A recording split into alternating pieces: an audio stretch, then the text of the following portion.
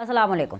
अब तक तो सबको पता चल गया है कि पीटीआई नहीं है और अब वो सुन्नी इत्तेहाद काउंसिल है।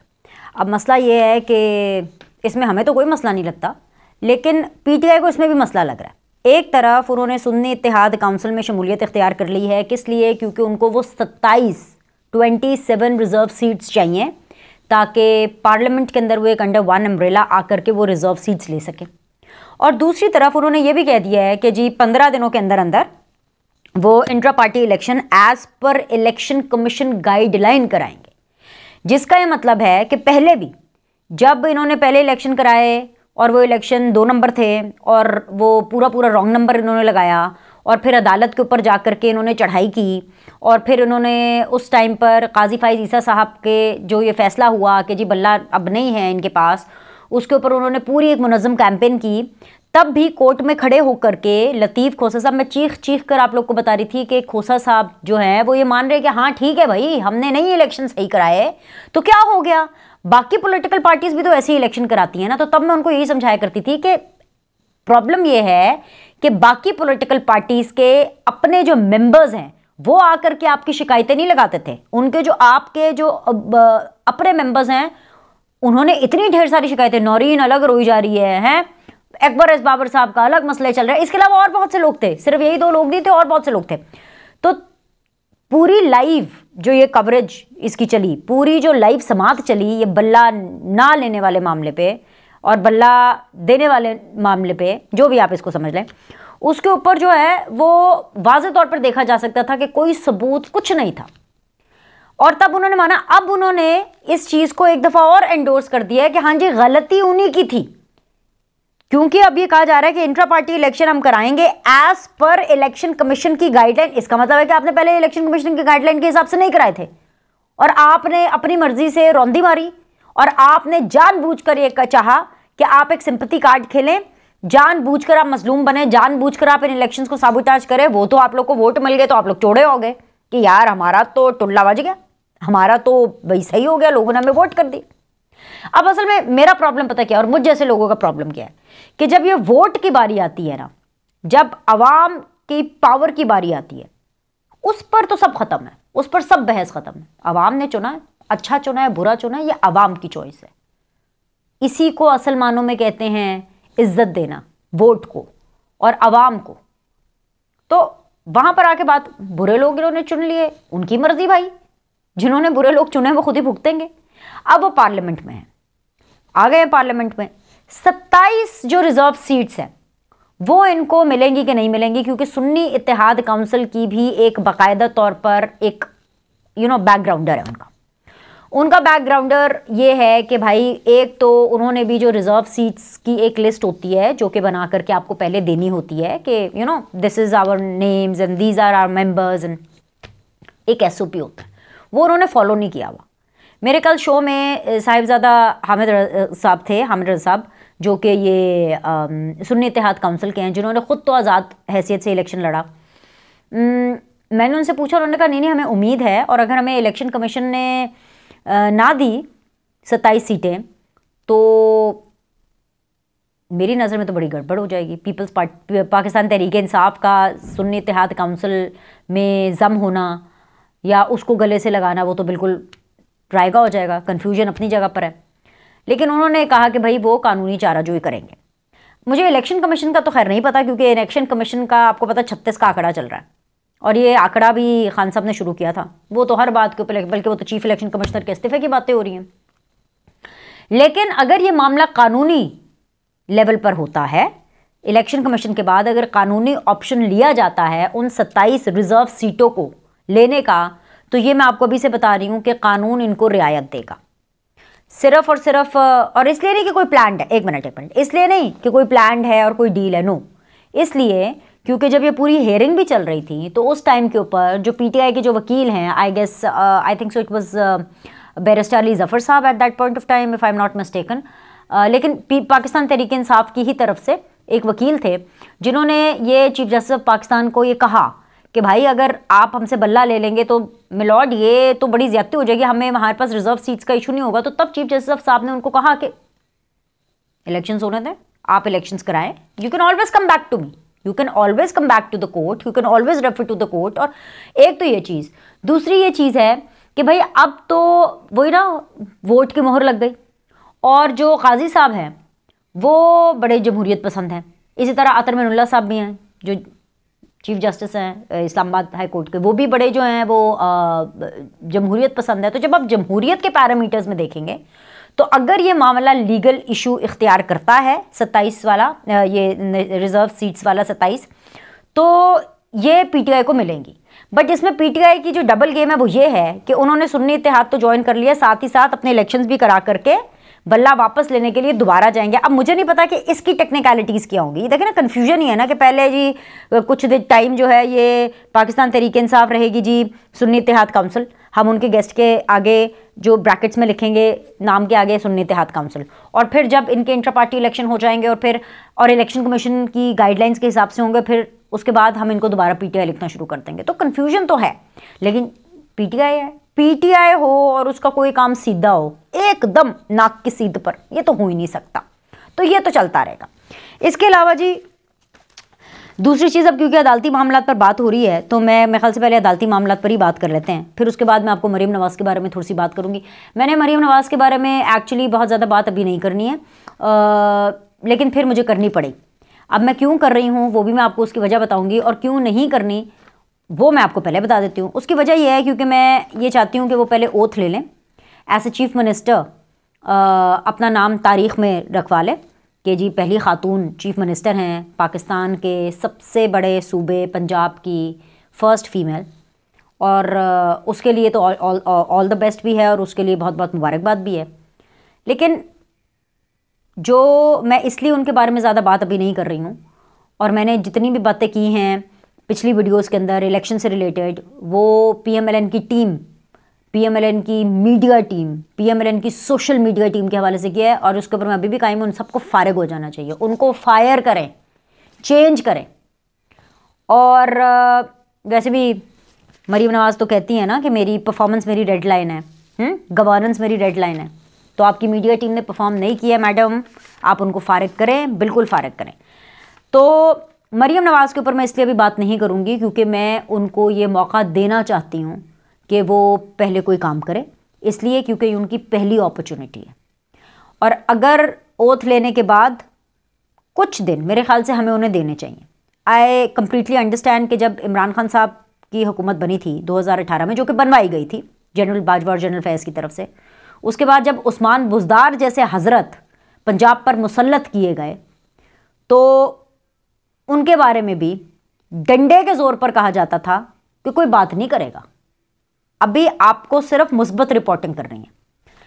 अभी जब मैं आपसे मुखातिब हूँ 2024 इलेक्शंस में कोई डंडा नहीं है, ये मैं आपको बहुत बहुत बावसूख वो जो है रिस्पॉन्सिबिलिटी के साथ बता रही हूँ, बहुत क्रेडिबिलिटी के साथ बता रही हूँ कि कोई डंडा नहीं है कि कोई चैनल में आपको कोई फ़ोन करे, कहीं से भी फ़ोन आए, अभी तक जब तक मैं आपसे बात कर रही हूँ। तो ये मैं समझती हूँ कि ये हमें खुद थोड़ा चांस, और सबको, चाहे आपको पीएमएलएन का तर्ज सियासत पसंद हो या ना हो, जिस तरीके से पीएमएलएन ने अपनी इलेक्शन कैंपेनिंग की है, जिस तरीके से पीएमएलएन ने इलेक्शन को pre, during and post deal किया है, मैं उससे सख्त इख्तलाफ करती हूँ। मुझे शदीद इख्तलाफ है। ये नुकसान पहुँचाया गया है, ये अपने लोगों ने अपनी इनकॉम्पिटेंस की वजह से, क्योंकि काम ही नहीं किया भाई, काम ही नहीं किया। ना अवामीपन इनका नज़र आया, ना इनमें कोई आजिज़ी इनकसारी नज़र आई, ना इनमें लीडरशिप नज़र आई, ना इनमें कोई प्लानिंग नज़र आई, ना इनमें कोई मीडिया प्लानिंग नज़र आई, ना इनमें पॉलिटिकल प्लानिंग नज़र आई। इसकी एक छोटी सी एग्जांपल मैं आपको दे देती हूँ कि जब एक छोटी सी बात है, बातें करने को तो मैं बहुत बातें कर सकती हूँ, आपसे 25-30 मिनट की एक वीडियो बना दूँ, पर मसला ये है, थोड़ी थोड़ी बातें ना आहिस्ता आहिस्ता टिकोर करूँगी आपकी, आहिस्ता आहिस्ता टिकोर। उसमें यह है कि 3 लोग बैठ करके प्रेस कॉन्फ्रेंस कर रहे हैं, मेन बिलावल, आसिफ अली जरदारी एंड शहबाज शरीफ साहब। आसिफ अली जरदारी साहब की जो ताली थी ना, जो उन्होंने ताली बजाई, my prince charming and my brother Shehbaz Sharif, उसने गल मुका दी थी। जो बात इतनी सी करनी थी वो शहबाज शरीफ साहब ने 15 मिनट लगा दिए वो बात करने में, और उस बात में भी ना आपकी बात ना मेरी बात। वो यही कहते रहे, ये मेरे सदर, मैं इनका वज़ीर आज़म, ये मेरे सदर, मैं इनका वज़ीर आज़म। तो भाई कुछ सीख लेना, कुछ नहीं होता, सीख लेना चाहिए। हम भी तो सीखते हैं, हर रोज़ सीखते हैं, हर रोज़ सीखते हैं।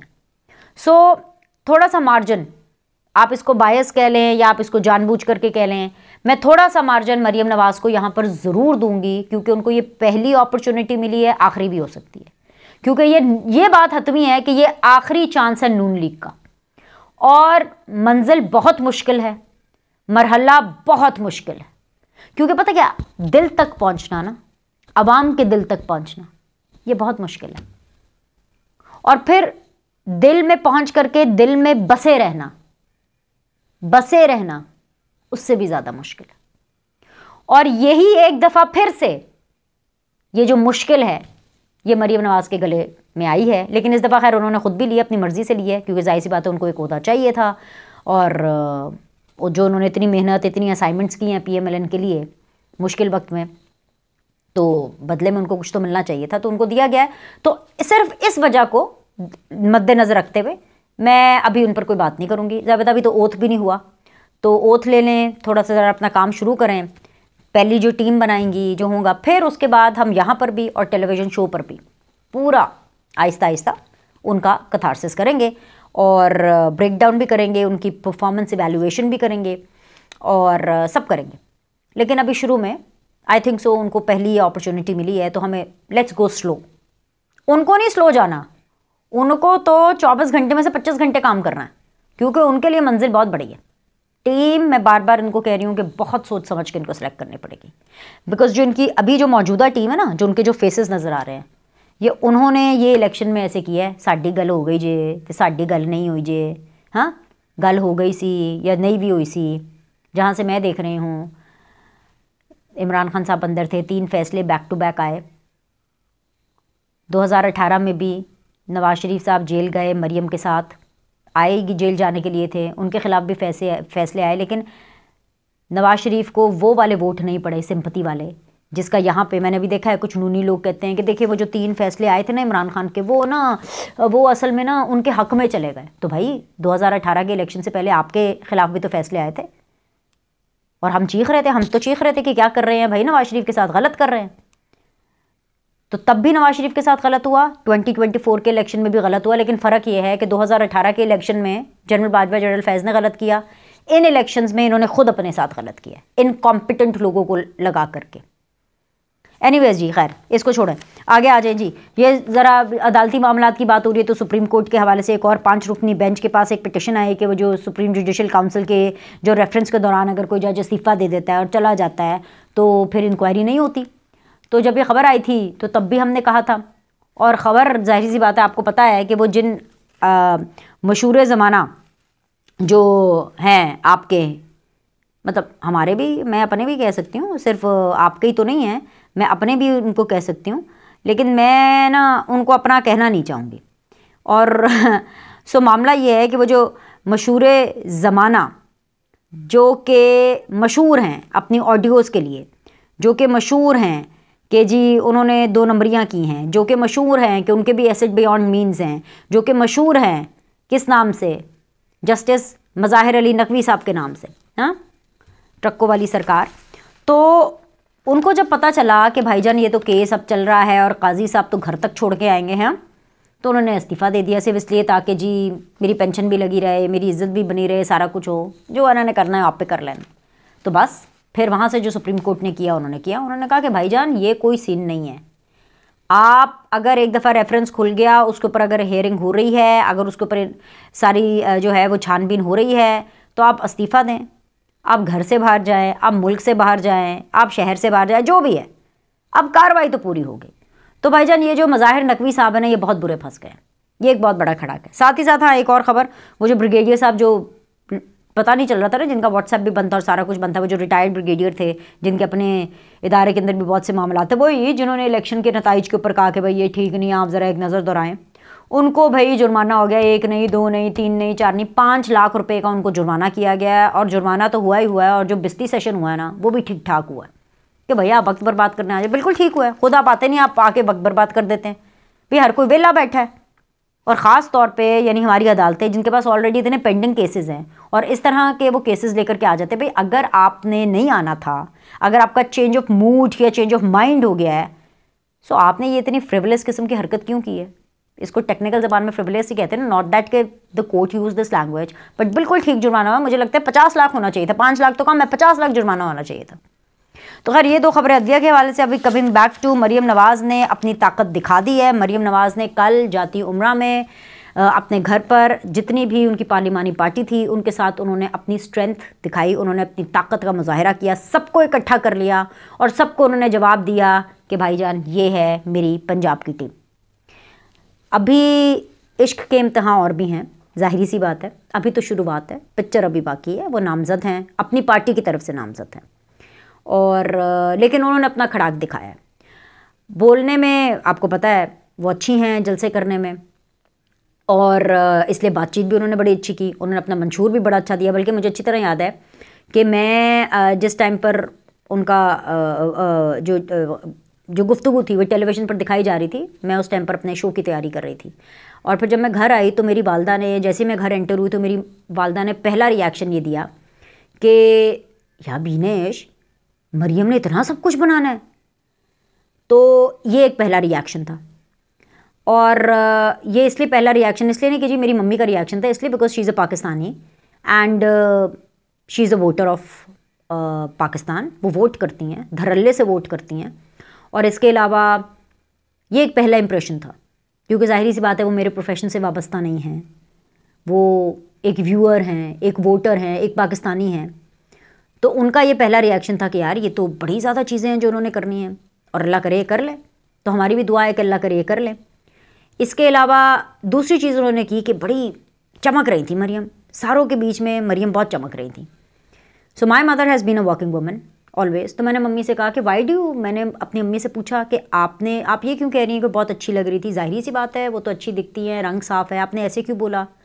तो मेरी मम्मी ने कहा कि क्योंकि कभी कभी आप इतना अच्छा दिख रहे होते हैं कि आपकी बातों पे ध्यान कम जाता है और आप जैसे दिख रहे होते हैं उस पर ध्यान ज़्यादा जाता है। तो अब इसका तो कुछ नहीं हो सकता कि वो बहुत अच्छी दिखती हैं, लेकिन ये जो तासुर है ना, ये जो तासुर है कि कंटेंट से पहले एक अपीयरेंस, ये तासुर ना मरियम को ये फाइट करना पड़ेगा। क्योंकि मुझे लगता है कि इनिशियली मरियम नवाज़ के लिए ये भी एक चैलेंज होगा, यू नो। सो अच्छा दिखने में, अच्छा पहनने में कोई बुराई नहीं है, लेकिन मैं ये चाहूँगी और हर औरत ये चाहेगी, बीनट सलीम ऐसा पाकिस्तानी, पंजाब की में रहने वाली, और एज एन अवाम, as a voter of Pakistan, मैं पाकिस्तान की जो वोटिंग प्रोसेस है उसका मैं हिस्सा रहती हूँ, अपने प्रोफेशन के एतबार से भी और वोट करने के एतबार से भी। और क्योंकि पंजाब में एक पहली खातून वज़ीर आला आई हैं, तो मैं चाहूँगी कि मैं उनको उनके रोब, उनके दबदबे, उनके कंटेंट की वजह से जानूँ।